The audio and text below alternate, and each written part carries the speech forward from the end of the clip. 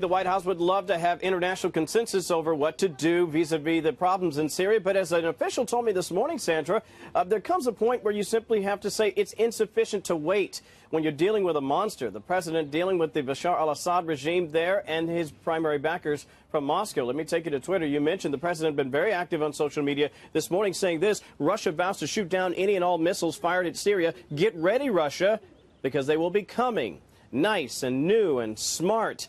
You shouldn't be partners with a gas-killing animal who kills his people and enjoys it. Now, that drew this response from the spokeswoman for the Russian Foreign Ministry. She said smart missiles must fly toward terrorists, not a legitimate government that has been fighting international terrorism in its territory for several years. Now, clearly, Sandra, you recall you were on the air then last April when the U.S. fired dozens of Tomahawk missiles into Syria, a direct response to the Assad government's slaughter of the Syrian people. Just yesterday in New York at the UN, the U.S. ambassador to the UN, Nikki Haley, implored the world body to act and to speak with one voice to stop Assad and the Russians. Now, for the White House perspective, officials here acknowledge that while the drumbeat of war may grow louder, the call to rein in the Assad regime is an important one.